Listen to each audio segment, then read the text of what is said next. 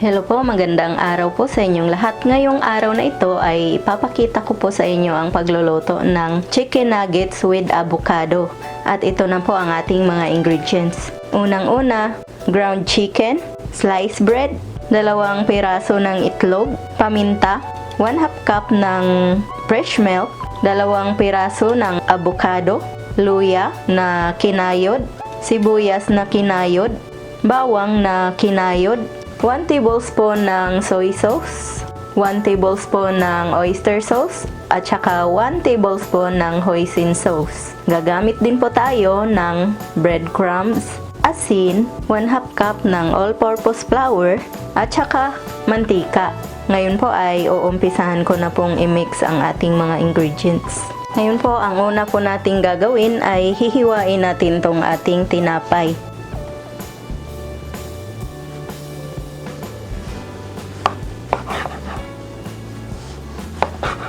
Pagkatapos ko pong hiwain to ay kailangan po nating gamitan ng blender para madurog po yung ating tinapay. Ngayon po ay ilalagay na natin tong ating sliced bread dito sa loob ng ating blender. Yan, ilagay ko na yan lahat. Ngayon ay tatakpan natin. Ngayon ay pupunta na tayo doon sa ating blender para maumpisahan na po nating i-blend to.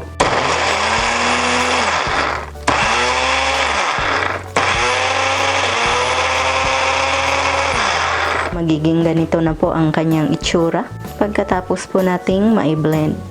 Ngayon po, yung avocado naman po ang i-puree po natin. Ngayon po ay hihiwain na natin tong ating avocado para ma-puree na po natin gamit ang ating blender.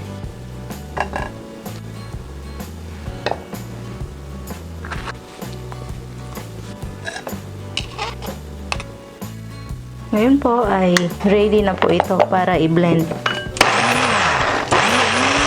Ito na po yung ating avocado pagkatapos po nating ma-puree. Napakasarap po nito at sobrang healthy po. Ngayon po ay uumpisahan na po nating i-mix yung ating mga ingredients doon sa ating ground chicken. Ngayon po ay pwede na nating ilagay itong ating na-blend na tinapay. Ngayon ay ihalo na natin itong ating kinayod na bawang, tapos itong kinayod na sibuyas, tapos ito namang isunod natin ang kinayod na luya. Maglalagay po tayo ng toyo, uubusin ko po yan. Tapos itong durog na paminta. Isusunod po natin itong ating avocado. Tapos paghahaluin po muna natin. Ngayon po ay pwede na nating ilagay itong ating hoisin sauce at saka itong ating oyster sauce. Tapos hahaluin lang natin. Medyo basa po ng konti itong ating mixture kasi naglagay po tayo ng avocado. Tapos blend po natin. Ngayon ay maglagay tayo ng all-purpose flour dito sa ating mixture. Yan. 1/2 cup po yung nilagay ko na flour. Pwede rin po yung tinapay ang lalagay nyo. Pero yung ginamit ko, all-purpose flour po. Ngayon po ay magiging ganito na po ang itsura ng ating mixture. Lalagyan po natin siya ng cooking oil para hindi dumikit sa ating kamay. Kukuha lang tayo ng table para hahatiin na natin to. Ngayon po ay bibiyakin na natin itong itlog. Ngayon po ay maglalagay po tayo ng milk dito sa ating eggs. Maglalagay din po tayo ng konting asin. Tapos hahaluin po natin. Pagkatapos po natin na maihalo itong ating milk at saka eggs ay isi-set aside po muna natin kasi itong dough ang gagawin natin. Bibilugin po muna natin para mas mabilis po siyang lutuin. Ngayon ay kakailanganin po natin ng kutsilyo para hiwain natin to.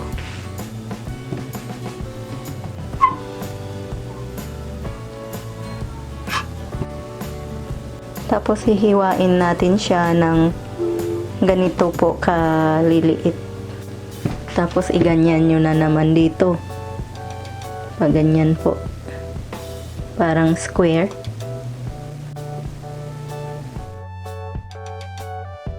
Isasawsaw natin dyan sa ating itlog na merong gatas.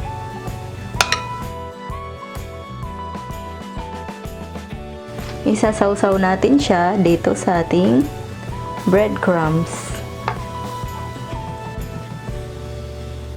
Ganyan lang po siya kadali. Tapos ilagay natin dyan.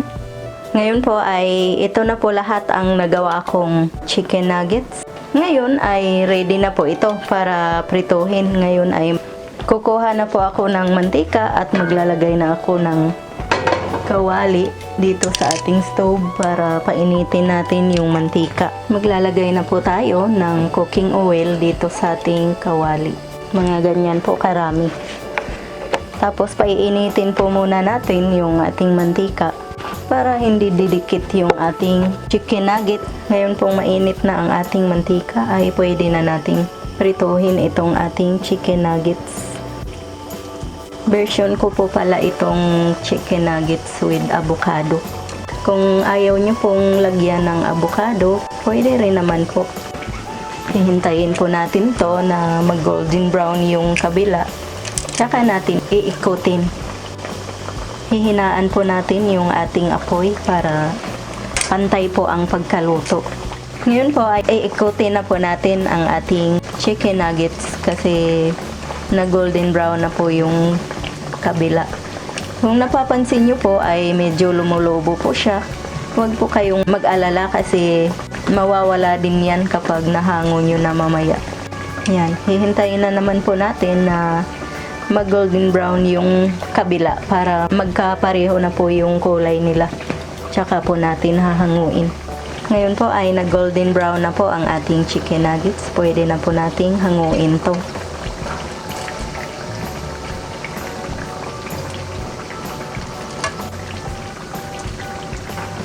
Tignan nyo po, 'di ba? Natanggal po yung hangin.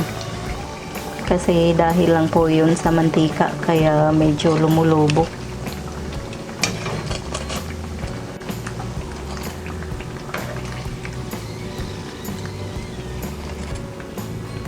Ito po yung ating pang second batch ng chicken nuggets.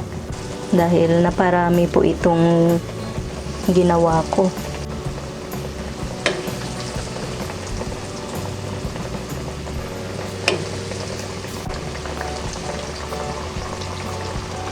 Hihintayin po natin na mag golden brown po uli yan.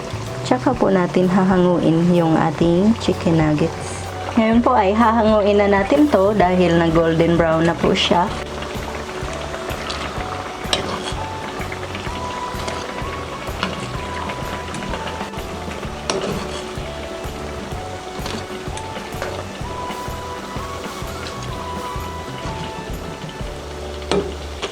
Ang sarap po ng chicken nuggets na avocado kasi tinikman ko po.